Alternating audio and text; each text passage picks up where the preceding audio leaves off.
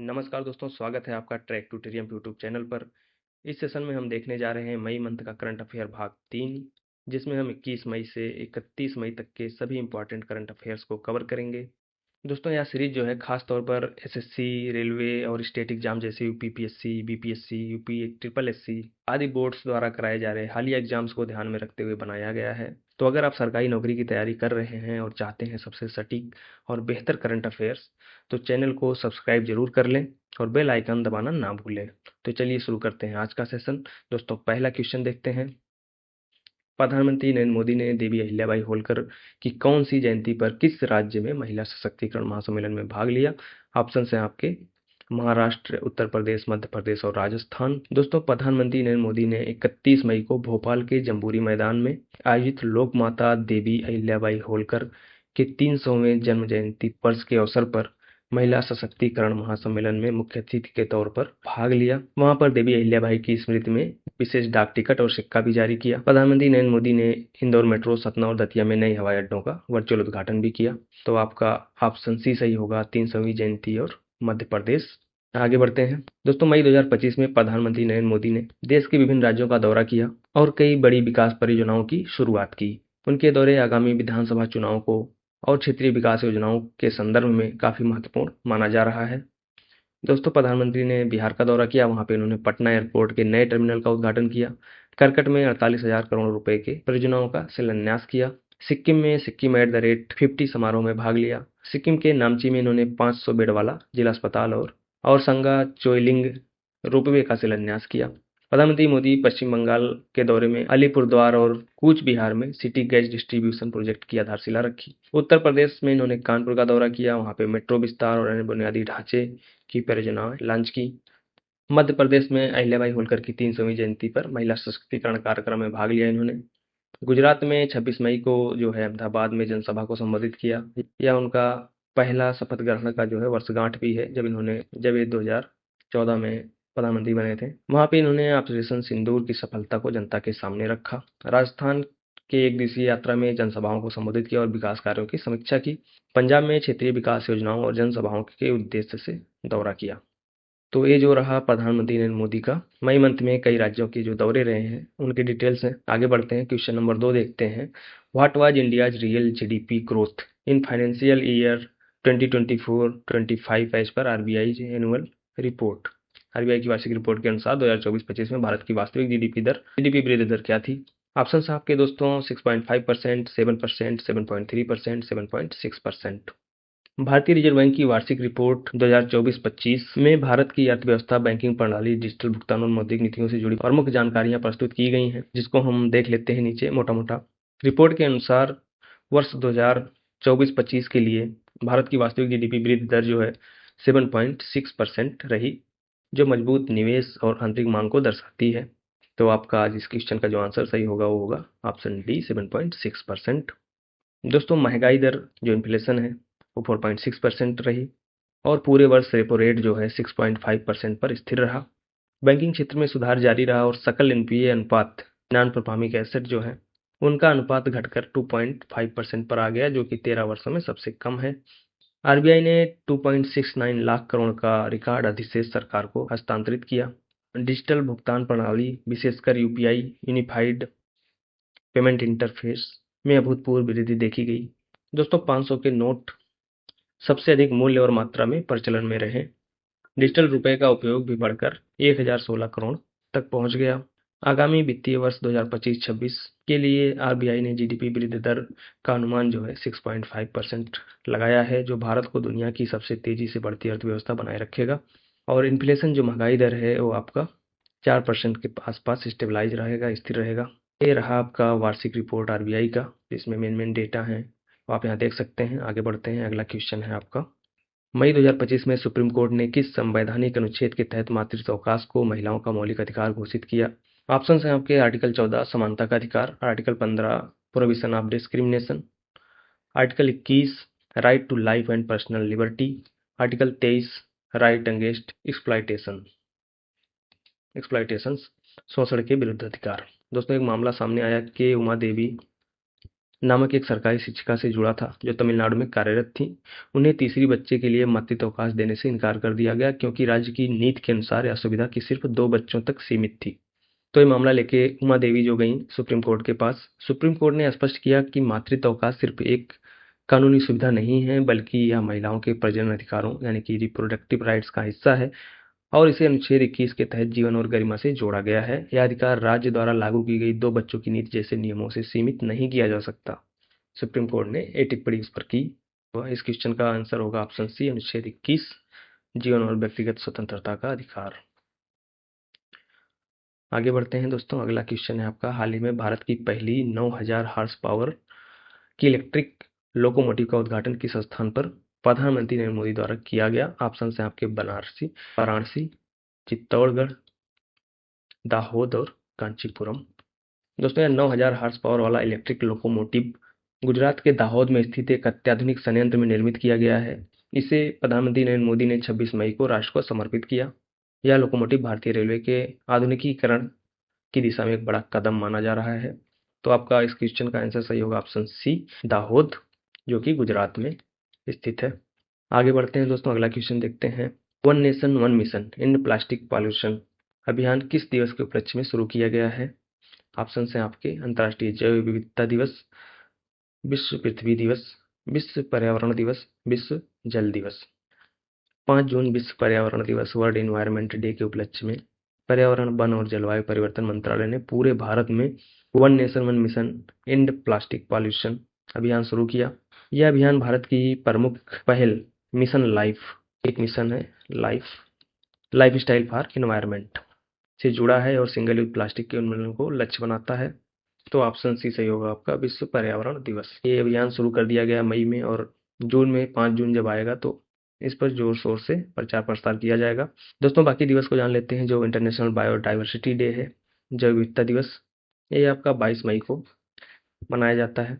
World अर्थ day हमने discuss किया था अप्रैल मंथ के करंट अफेयर में, ये आपका 22 अप्रैल को मनाया जाता है। और आपका विश्व जल दिवस 22 मार्च को मनाया जाता है। हम पिछले के करंट अफेयर्स में सारी चीज़ें डिस्कस कर चुके हैं। दोस्तों आगे बढ़ते हैं। अगला क्वेश्चन है आपका, हाल ही में लॉन्च की गई एंटीबायोटिक जो पिछले 30 वर्षों में वैश्विक स्तर पर विकसित की गई पहली दवा है, उसका नाम क्या है? ऑप्शन हैं आपके एजिथ्रोमाइसिन, नेफिथ्रोमाइसिन, एरिथ्रोमाइसिन, सिप्रोफ्लेक्सासिन। नेफिथ्रोमाइसिन हाल ही में वैश्विक स्तर पर विकसित और लॉन्च की गई पहली एंटीबायोटिक है जो पिछले 30 वर्षों में लॉन्च की गई है। भारत की पहली स्वनिर्मित एंटीबायोटिक है या नेफिथ्रोमाइसिन? इस क्वेश्चन का ऑप्शन सही होगा आपका ऑप्शन बी, नेफिथ्रोमाइसिन। अगला क्वेश्चन देखते हैं दोस्तों। शिक्षा में आर्टिफिशियल इंटेलिजेंस के उपयोग पर चर्चा किस कॉन्क्लेव में की गई? ऑप्शन है आपके digital ED 2025, smart learn India, पढ़े एआई, नई दिशा। केंद्रीय मंत्री Jatin Prasad, minister of state for electronics and IT, ने कहा कि भारत में एआई यानी कि आर्टिफिशियल इंटेलिजेंस को शिक्षा, कौशल विकास, नवाचार और स्टार्टअप को वैश्विक प्रतिस्पर्धा में सक्षम बनाने के लिए बढ़ावा दिया जा रहा है। उन्होंने पढ़ AI conclave on AI in education में कहा कि युवाओं को एआई की समझ होना आवश्यक है क्योंकि यह आने वाले समय में शिक्षा और स्किल डेवलपमेंट का मुख्य आधार बनेगा। तो आपका इस क्वेश्चन का जो आंसर सही होगा होगा ऑप्शन सी, पढ़ एआई। अगला क्वेश्चन देखते हैं। नीति आयोग की 10वीं गवर्निंग काउंसिल की बैठक में 24 मई को किस थीम के तहत आयोजित की गई? Under which theme was the 10th governing council meeting of NITI Aayog held on 24 May? Option है आपके सबका साथ सबका विकास, बी है आत्मनिर्भर भारत 2047, विकसित राज्य से विकसित भारत @2047, स्मार्ट शासन के लिए डेटा। दोस्तों प्रधानमंत्री नरेंद्र मोदी ने 24 मई को भारत मंडपम नई दिल्ली में नीति आयोग की 10वीं गवर्निंग काउंसिल की बैठक की अध्यक्षता की। बैठक की जो थीम थी वो था विकसित राज्य से विकसित भारत @2047। इस बैठक का उद्देश्य राज्यों और केंद्र शासित प्रदेशों को टीम इंडिया के रूप में एकजुट कर 2047 तक भारत को एक विकसित राष्ट्र बनाने की रणनीति पर चर्चा करना है। तो इस क्वेश्चन का आंसर सही होगा आपका ऑप्शन सी, विकसित राज्य से विकसित भारत विकसित राज्य फॉर विकसित भारत @2047। अगला क्वेश्चन देखते हैं। भारत का पहला आर्टिफिशियल एआई आधारित विशेष आर्थिक क्षेत्र SEZ किस राज्य में स्थापित किया जा रहा है? ऑप्शन है आपके महाराष्ट्र, कर्नाटका, तमिलनाडु और छत्तीसगढ़। दोस्तों यह एआई आधारित स्पेशल इकोनॉमिक जोन नवा रायपुर में बनाया जा रहा है। नवा रायपुर छत्तीसगढ़ में बनाया जा रहा है। इसमें जो है 1000 करोड़ का निवेश होगा। तो इस क्वेश्चन का आंसर सही होगा आपका ऑप्शन डी, छत्तीसगढ़। दोस्तों स्पेशल इकोनॉमिक जोन होता क्या है? इसकी बात करें तो यह भारत सरकार द्वारा नामित एक भौगोलिक क्षेत्र होता है जहां व्यापार और उद्योग के लिए विशेष नियम, कर छूट और प्रोत्साहन दिए जाते हैं। इसका उद्देश्य निवेश को बढ़ावा देना, निर्यात बढ़ाना और रोजगार सृजन करना है। SEZ की विशेषताओं की बात करें तो यहाँ पर जो है जो कंपनियां लगती हैं उनको इनकम टैक्स, कस्टम ड्यूटी और GST में विशेष छूट मिलती है। टैक्स एग्जम्पशन मिलता है। उद्योगों को जल्दी और बिना किसी रुकावट के मंजूरी मिलती है। आसानी से अप्रूवल मिल जाता है। विदेशी निवेशकों को सीधे निवेश की अनुमति होती है, यानी कि 100% FDI की अनुमति होती है। 100% फॉरेन डायरेक्ट इन्वेस्टमेंट अलाउ होता है यहाँ पर जो SEZ क्षेत्र होते हैं। एक्सपोर्ट यानी कि निर्यात आधारित उत्पादन होता है यहाँ पर। SEZ का मुख्य उद्देश्य निर्यात को बढ़ावा देना ही होता है। इस भौगोलिक जोन में उच्च स्तरीय बुनियादी ढांचे होते हैं। हाई क्वालिटी के इंफ्रास्ट्रक्चर होते हैं, जैसे डाटा सेंटर, सड़क, बिजली, इंटरनेट और लॉजिस्टिक्स जैसी सुविधाएं प्रोवाइड कराई जाती हैं गवर्नमेंट द्वारा।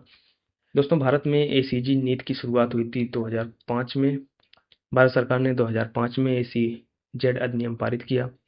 इसका उद्देश्य देश को निर्यात हब बनाना और आर्थिक विकास को तेज करना था। कुछ SEZ जो स्पेशल इकोनॉमिक जोन है उनकी बात करें तो आपका नोएडा में है उत्तर प्रदेश में, संताराम गुजरात में है, और अभी ये नवा रायपुर में जो है छत्तीसगढ़ में AI आधारित SEZ बनाया जा रहा है। दोस्तों अगला क्वेश्चन देखते हैं। राष्ट्रीय green hydrogen mission, national green hydrogen mission की शुरुआत कब किया गया? ऑप्शन है आपके 2020, 21, 22 और 23। दोस्तों नीदरलैंड के रॉटरडैम में आयोजित विश्व हाइड्रोजन शिखर सम्मेलन 2025, इसमें भारत के नवीन और नवीकरणीय ऊर्जा मंत्रालय के सचिव श्री संतोष कुमार सारंगी ने भारत की ग्रीन हाइड्रोजन रणनीति को प्रस्तुत किया।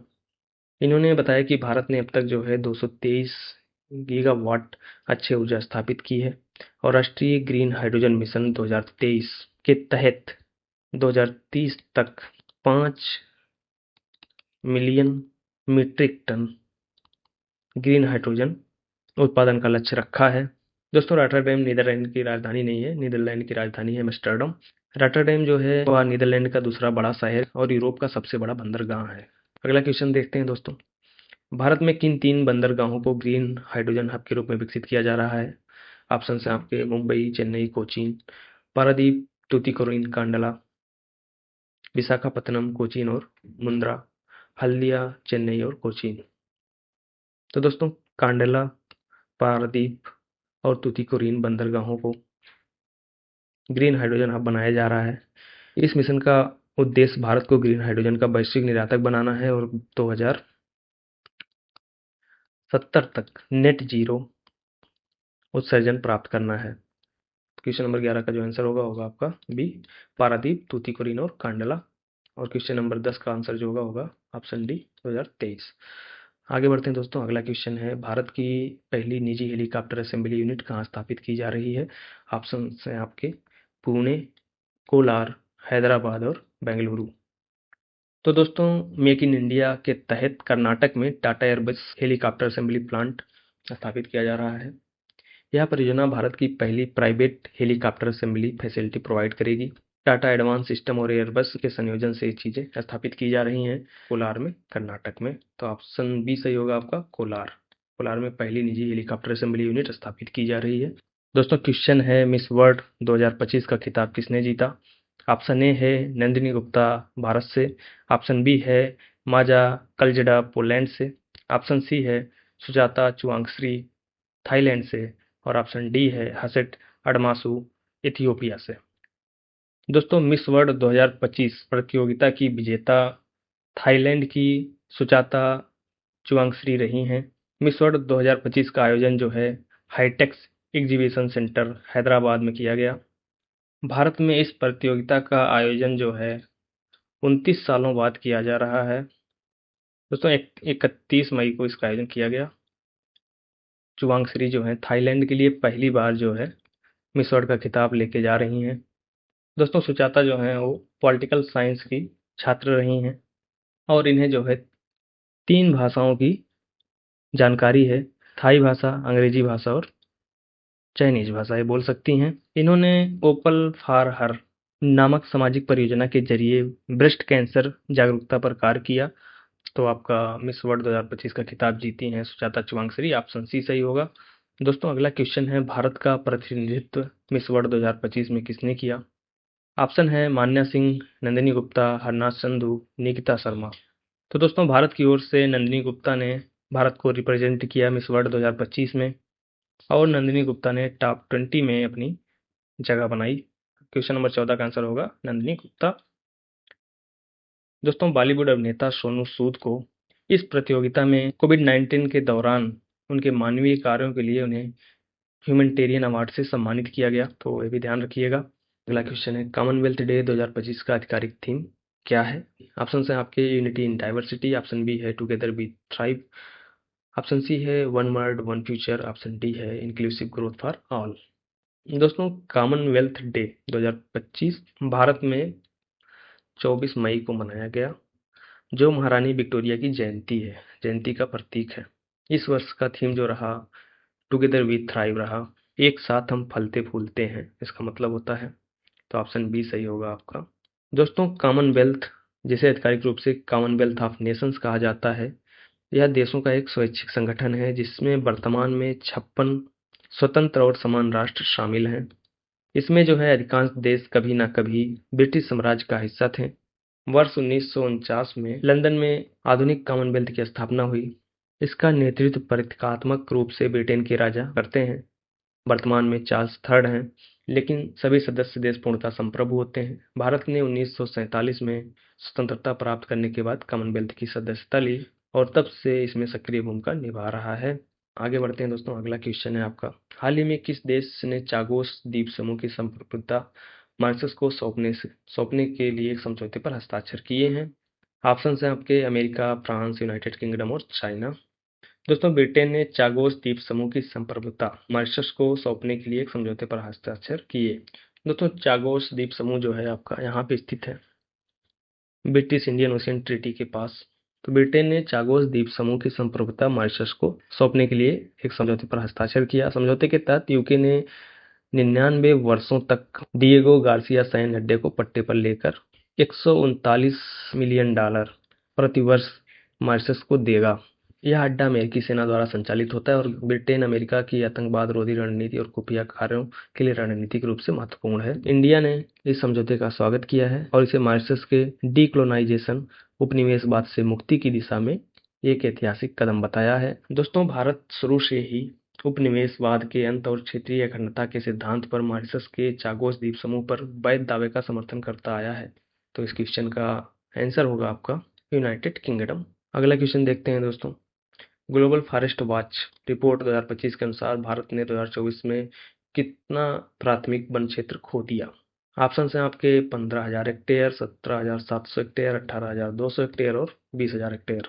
तो ग्लोबल फॉरेस्ट वॉच रिपोर्ट 2025 के अनुसार भारत ने वर्ष 2024 में 18,200 हेक्टेयर प्राथमिक वन खो दिए हैं, जो कि 2023 में खोए गए 17,700 हेक्टेयर से अधिक है। तो ऑप्शन सी सही होगा आपका, 18,200 हेक्टेयर। अगला क्वेश्चन है, किस देश ने वैश्विक उष्णकटिबंधीय वन क्षरण में 42% का योगदान दिया?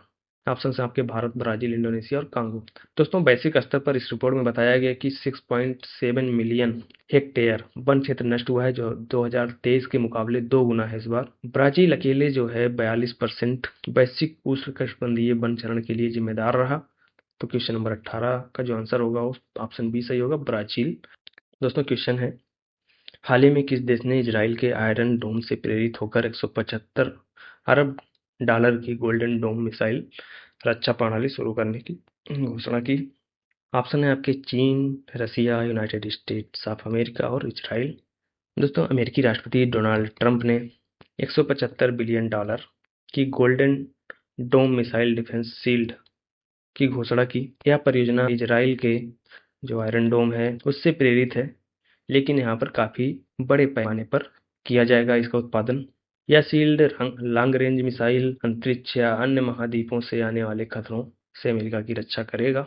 ट्रंप चाहते हैं कि यह मिशन जो है 2029 तक पूरा हो जाए। कनाडा ने भी इस प्रोजेक्ट में अपनी रुचि दिखाई है। तो ऑप्शन सी सही होगा आपका, यूनाइटेड स्टेट्स ऑफ अमेरिका। दोस्तों, अगला क्वेश्चन है 2025 में माउंट एवरेस्ट पर सबसे अधिक बार चढ़ाई करने का नया विश्व रिकॉर्ड किसने बनाया? ऑप्शंस हैं आपके तेनजिंग नॉर्गे, ऑप्शन बी है एडमंड हिलेरी, ऑप्शन सी है कामिरीता शेरपा, ऑप्शन डी है निमा गयाल्जे। कामिरीता शेरपा ये जो है 55 साल के हो गए हैं। इन्होंने मई 2025 तक टोटल 31 टाइम्स माउंट एवरेस्ट पर चढ़ाई कर दी है। यह एक विश्व रिकॉर्ड है। इन्होंने अपना खुद का रिकॉर्ड तोड़ा है, कामिरीता शेरपा ने। ऑप्शन सी सही होगा। दोस्तों, इन्होंने माउंट एवरेस्ट के साथ साथ K2, लोत्सो, मानसलू जैसे अन्य ऊंचे पर्वत पर भी चढ़ाई कर ली है। दोस्तों, एवरेस्ट को नेपाल में सागरमाथा बोला जाता है और तिब्बत में चोंगुलुंगमा कहा जाता है। एवरेस्ट पर पहली बार जो चढ़ाई की थी 1953 में एडमंड हिलेरी और तेनजिंग नॉर्गे ने की थी। तो एडमंड हिलेरी और तेनजिंग ये जो थे 1953 में इन्होंने सबसे पहली बार एवरेस्ट पर चढ़ाई की थी। आगे बढ़ते हैं। अगला क्वेश्चन है आपका, भारत की पहली विस्टाडोम जंगल सफारी ट्रेन किस राज्य सरकार द्वारा शुरू की गई है? ऑप्शन है महाराष्ट्र, मध्य प्रदेश, उत्तर प्रदेश और उत्तराखंड। दोस्तों, उत्तर प्रदेश सरकार ने 2025 में भारत की पहली विस्टाडोम जंगल सफारी ट्रेन सेवा शुरुआत की है, जो पर्यावरण पर्यटन को बढ़ावा देने की दिशा में एक ऐतिहासिक कदम है। यह ट्रेन सेवा कतरनिया घाट वन्यजीव अभयारण्य को दुधवा टाइगर रिजर्व से जोड़ती है। इसका निर्माण जो है टोटल 107 किलोमीटर के क्षेत्र में किया जा रहा है। यह यात्रा ट्रेन से लगभग 4 घंटे और 25 मिनट में पूरी होती है और जो ट्रेन टिकट है उसका मूल्य रहेगा 275 रुपये। इस ट्रेन में खास विस्टाडोम कोच लगाए गए, जिसमें पारदर्शी छतें हैं, बड़ी बड़ी कांच की खिड़कियां लगाई गई हैं और 360 डिग्री घूमने वाले चेयर लगाए गए हैं। यह सेवा दोस्तों वन गंतव्य 3 वन, वन डेस्टिनेशन 3 फॉरेस्ट योजना के तहत संचालित हो रही है, जिसका उद्देश्य दुधवा, कतरनिया घाट और किशनपुर वन्यजीव क्षेत्रों को एकीकृत पर्यटन स्थल के रूप में प्रस्तुत करना है। तो ऑप्शन सी सही होगा आपका। अगला क्वेश्चन देखते हैं। उत्तर प्रदेश सरकार ने धार्मिक मार्गों के पुनर्विकास के लिए कितनी राशि की योजना को मंजूरी दी है? ऑप्शन है आपके 1000 करोड़, 2750 करोड़, 4560 करोड़ और 5500 करोड़। उत्तर प्रदेश सरकार ने मुख्यमंत्री योगी आदित्यनाथ के नेतृत्व में 4650 करोड़ की भारी भरकम योजना को मंजूरी दी है, जिसका उद्देश्य राज्य में ऐतिहासिक, पौराणिक और अत्याधुनिक महत्व वाले धार्मिक स्थलों को जोड़ने वाले मार्गों का पुनर्विकास रिवैम्प करना है। इस परियोजना के तहत टोटल 272 सड़क परियोजनाओं को पूरी की जाएंगी, जिसमें अयोध्या, बनारस, मथुरा, चित्रकूट, प्रयागराज, नैमिषारण्य यहाँ पर है और मिर्जापुर जैसे प्रमुख तीर्थ स्थलों की कनेक्टिविटी और मार्गों की सुंदरता को बढ़ाया जाएगा। इन सारे प्रमुख तीर्थ स्थलों की कनेक्टिविटी की जाएगी। दोस्तों, अगला क्वेश्चन देखते हैं। हाल ही में महाराष्ट्र सरकार ने किस रेलवे क्षेत्र को भारतीय रेलवे में विलय की मंजूरी दी है? ऑप्शन है आपके वेस्टर्न रेलवे, पश्चिमी रेलवे, दक्षिण मध्य रेलवे, कोंकण रेलवे और मध्य रेलवे। जो पश्चिम रेलवे पहले से इंडियन रेलवेज का भाग है, साउथ सेंट्रल रेलवे भी भाग है इंडियन रेलवेज का, मध्य रेलवे भी जो है ये भी इंडियन रेलवेज का भाग है। बस कोंकण रेलवे जो था रेल मंत्रालय के तहत विशेष परियोजना इकाई, स्पेशल पर्पज व्हीकल के रूप में स्थापित किया गया था, जिसका उद्देश्य था जो आपका पश्चिमी घाट है उसके दुर्गम क्षेत्रों में रेलवे लाइन बिछाने का कठिन कार्य करना। कोंकण रेलवे ने 1998 में रेलवे परिचालन शुरू किया और इसका स्थापना जो हुआ था 1990 में किया गया था।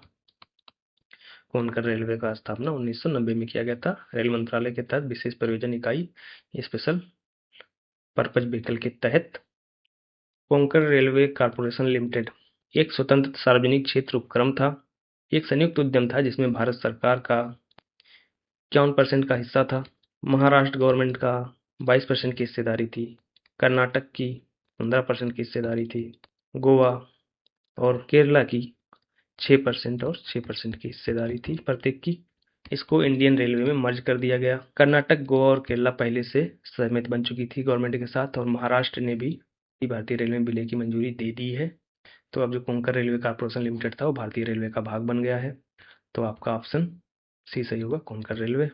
तो आगे बढ़ते हैं दोस्तों, अगला क्वेश्चन है आपका, according to 16th lion census 2025 how many Asiatic lions have been counted in Gujarat.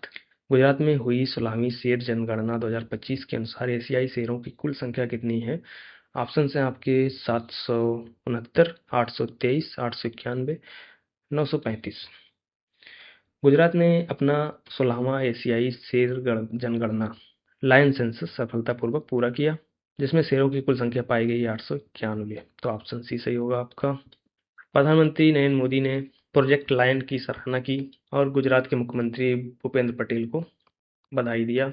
दोस्तों, प्रोजेक्ट लायन की घोषणा प्रधानमंत्री नरेंद्र मोदी ने 15 अगस्त 2020 को स्वतंत्रता दिवस के अवसर पर की थी। इसका उद्देश्य भारत में पाए जाने वाले एकमात्र एशियाई शेर पैंथेरा लियोपार्सिका का संरक्षण और उनकी आबादी को सुरक्षित रखना है।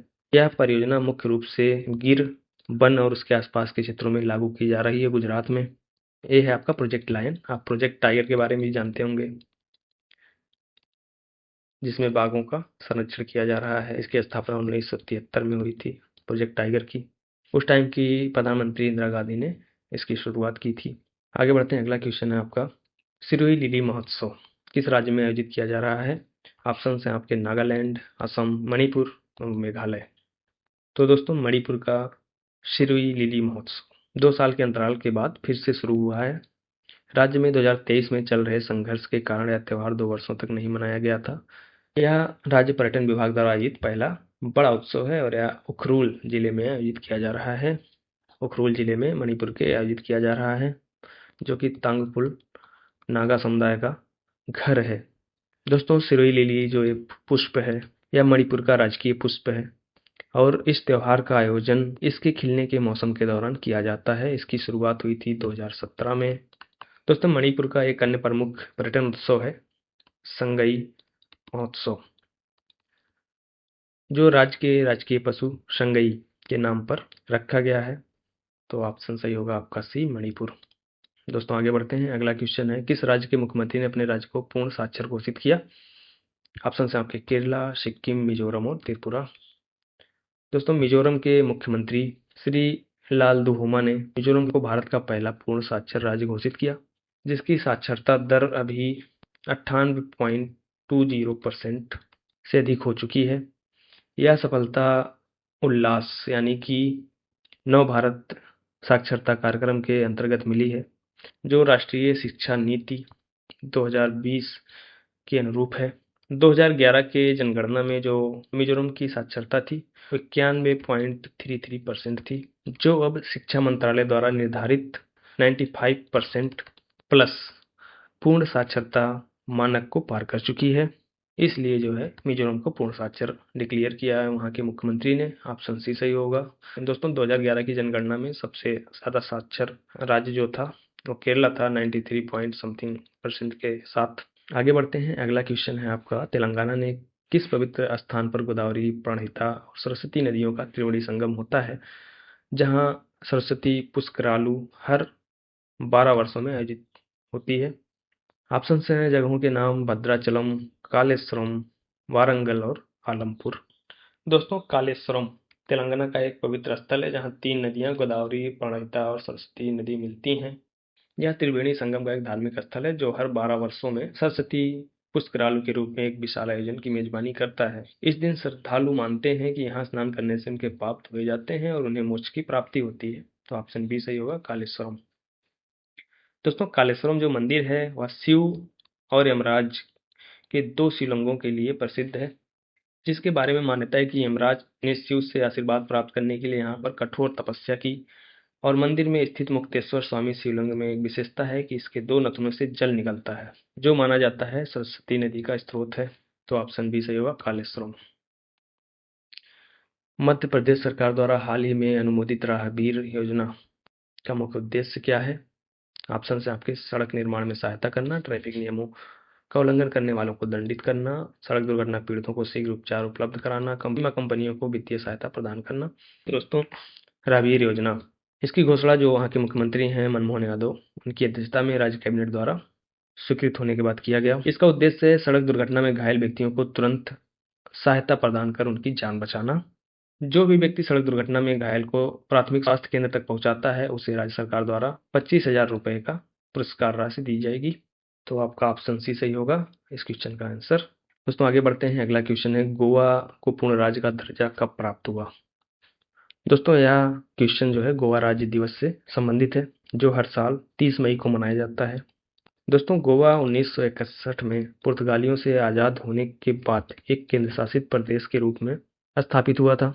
भारत की सेना ऑपरेशन विजय के तहत गोवा को पुर्तगाली शासन से 1961 में मुक्त कराया। 30 मई 1987 में गोवा को पूर्ण राज्य का दर्जा प्राप्त हुआ और इसके साथ ही पणजी को राज्य की राजधानी घोषित किया गया और कोंकणी भाषा को गोवा की आधिकारिक भाषा का दर्जा मिला। तो ऑप्शन सी सही होगा आपका। 30 मई 1987 में गोवा को पूर्ण राज्य का दर्जा प्राप्त हो गया। दोस्तों अगला क्वेश्चन है, हाल ही में सफल ट्रायल रन के बाद रेल संपर्क से जुड़ने वाला चौथा पूर्वोत्तर राजधानी कौन बना है? ऑप्शन हैं आपके कोहिमा, आइजॉल, इम्फाल और शिलांग। तो दोस्तों मिजोरम की राजधानी जो है आइजॉल अब पूर्वोत्तर भारत का चौथा राजधानी शहर बन गया है, जिसे रेल नेटवर्क से जोड़ा गया है। हाल ही में बैराबी से साइरंग के बीच सफल ट्रायल रन किया गया है। यह रेल मार्ग जो है 51 किलोमीटर का है। आइजॉल अब उन राजधानी शहरों की सूची में शामिल हो गया जो रेल से जुड़े हैं, जैसे अरुणाचल प्रदेश की राजधानी ईटानगर, त्रिपुरा की अगरतला और गुवाहाटी, असम की राजधानी गुवाहाटी जो है वो सब पहले से रेलवे से जुड़े थे। अब ये चौथा राजधानी हो गया पूर्वोत्तर राज्य का आइजॉल, जिसमें रेलवे लिंक स्थापित कर दिया गया है। तो ऑप्शन बी सही होगा आपका आइजॉल। आगे बढ़ते हैं दोस्तों। अगला क्वेश्चन है, भारत मंगोलिया संयुक्त सैन्य अभ्यास नोमैडिक एलिफेंट का 17वां संस्करण 2025 में कहाँ आयोजित किया जा रहा है? ऑप्शन हैं आपके शिलोंग, उमराई, उलान बटोर और तवांग। तो दोस्तों भारतीय सेना का दल मंगोलिया के उलान बतार के लिए रवाना हुआ, जहां भारत मंगोलिया संयुक्त सैन्य अभ्यास नोमैडिक एलिफेंट का 17वां संस्करण आयोजित किया जा रहा है। यह वार्षिक सैन्य अभ्यास भारत और मंगोलिया में बारी बारी से आयोजित किया जाता है। पिछला संस्करण जो है 2024 में मेघालय के उमराव में हुआ था। अगला क्वेश्चन है, डाक विभाग द्वारा जारी की गई उस नीति दस्तावेज का नाम क्या है जो राष्ट्रीय डिजिटल पता संरचना की रूपरेखा प्रस्तुत करता है? ऑप्शन हैं आपके नैविक, भुवन, ध्रुव और सारथी। तो दोस्तों डाक विभाग ने भारत में मानकीकृत और भू कोडित जियो कोडेड एड्रेसिंग सिस्टम स्थापित करने के लिए परिवर्तनकारी पहल की शुरुआत की है, जिसका उद्देश्य नागरिकों को सार्वजनिक और निजी सेवाओं की डिलीवरी को आसान बनाना। इस दिशा में डिजिटल पोस्टल इंडेक्स नंबर यानी कि डीजीपिन नेशनल एड्रेसिंग ग्रिड का शुभारंभ एक महत्वपूर्ण उपलब्धि है। इस आधार पर विभाग ने ध्रुव यानी कि digital hub for reference and unique virtual address नामक नीति दस्तावेज जारी किया है। तो ऑप्शन सी सही होगा आपका, ध्रुव। दोस्तों आगे बढ़ते हैं। अगला क्वेश्चन है, लद्दाख में कितने वर्षों तक लगातार निवास करने पर नागरिकों को डोमिसाइल का दर्जा दिया जाएगा? ऑप्शन है आपके 10 वर्ष, 12 वर्ष, 15 वर्ष और 20 वर्ष। दोस्तों केंद्र सरकार ने लद्दाख क्षेत्र के लिए एक नई नीति पर विचार कर रही है, जिसके अंतर्गत जो नागरिक 2019 से लगातार 15 वर्षों तक लद्दाख में निवास कर रहे हैं, उन्हें अस्थायी निवासी के रूप में मान्यता दे दी जाएगी। यह नीति 2019 से लागू की जाएगी और 2034 यानी कि 15 वर्षों तक लगातार रहने वालों को डोमिसाइल का दर्जा मिलेगा। आगे बढ़ते हैं दोस्तों। हाल ही में वैज्ञानिकों ने किस फसल से संबंधित मेंडल्स जेनेटिक मिस्ट्री को सुलझाया है? तो आपका ऑप्शन सी सही होगा, मटर। आप सभी को पता है मेंडल ने जो है मटर पर ही प्रयोग किए थे। आगे बढ़ते हैं। अगला क्वेश्चन है, कौन पहली भारतीय मूल की संगीतकार बनी है जिन्होंने अमेरिकन म्यूजिक अवार्ड जीता है? ऑप्शन हैं आपके शंकर महादेवन, राजा कुमारी, नेहा भसीन और तनिष्क बागची। दोस्तों राजा कुमारी भारतीय मूल की अमेरिकन रैपर और सिंगर हैं।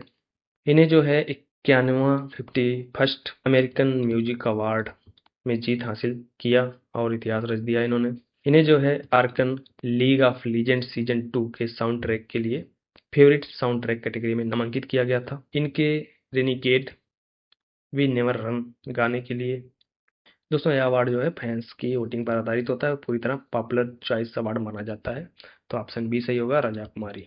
अगला क्वेश्चन है, भारत के लिए 2025 एशियाई एथलेटिक्स चैंपियनशिप में 5000 मीटर और 10,000 मीटर दोनों में स्वर्ण पदक किसने जीता है? तो दोस्तों गुलबीर सिंह ने जीता है। ऑप्शन बी सही होगा आपका। दोस्तों एशियन एथलेटिक्स चैंपियनशिप 2025 का आयोजन जो है साउथ कोरिया में किया गया।